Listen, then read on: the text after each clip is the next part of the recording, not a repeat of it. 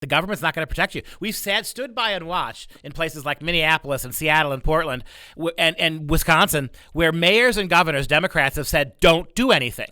Was it Minneapolis where they were literally, the Minneapolis civic government was literally telling people, if you get accosted for your wallets, just be prepared to give up what you have. That's Minneapolis. Right. And here's your directives on how to get mugged and make sure you're polite.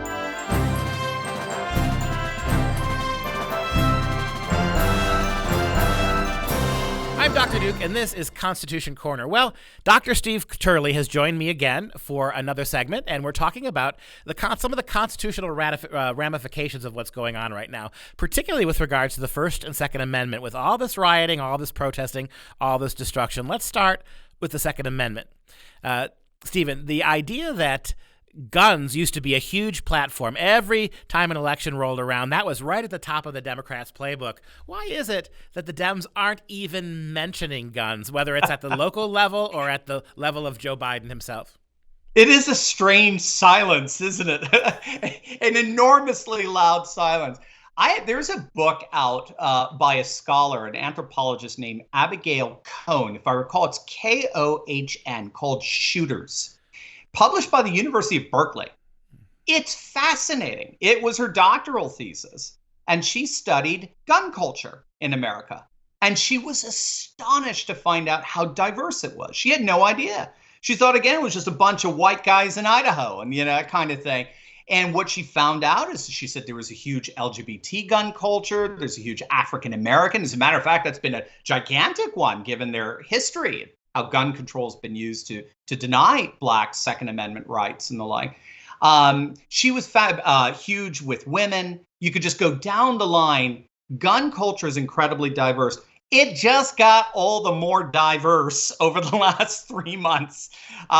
We were talking before the break, and you made the comment, now we're even seeing Democrats load up on ammo now. Everyone recognizes the need now, the wisdom, the brilliance of our founding fathers of why we want an armed citizenry.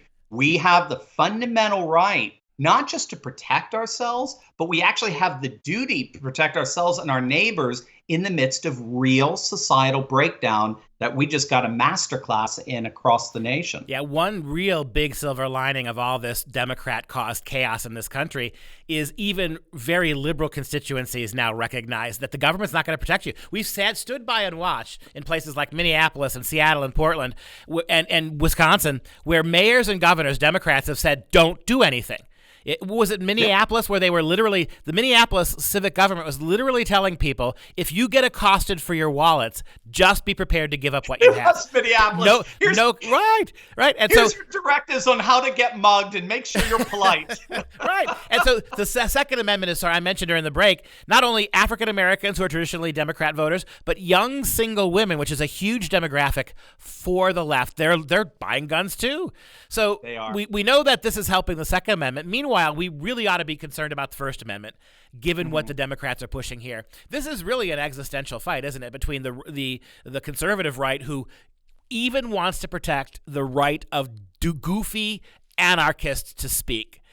Every conservative I know doesn't want to stop them from speaking. As much as we don't want to hear them, we want them to speak because that means we can speak, versus the progressive left, who, if they have their way, you're not going to be able to say much of anything that crosses them, right? Talk about where we are with the First Amendment.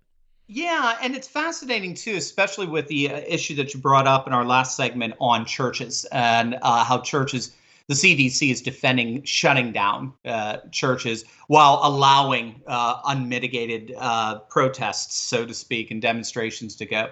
I think a big thing is to remember that much of our free speech tradition actually comes from the notion of religious liberty. And I think it was John Milton who wrote extensively on the virtue of free speech, actually the necessity of free speech, in order to proclaim the Christian gospel. If we could shut down speech, we can eventually, he believes, shut down preachers. We could shut down the free proclamation of the gospel. So free speech, ironically, protected the freedom to be able to proclaim the Christian truth. And so we're seeing that too, just in this notion of shutting down churches. Back in the day, for our founding fathers, they had more of an accommodationist view between church and state. So church and state are in separate spheres, separate jurisdictions and the like in terms of where they are in society. But there wasn't this massive chasm or separation where one is public and the other one's been radically privatized.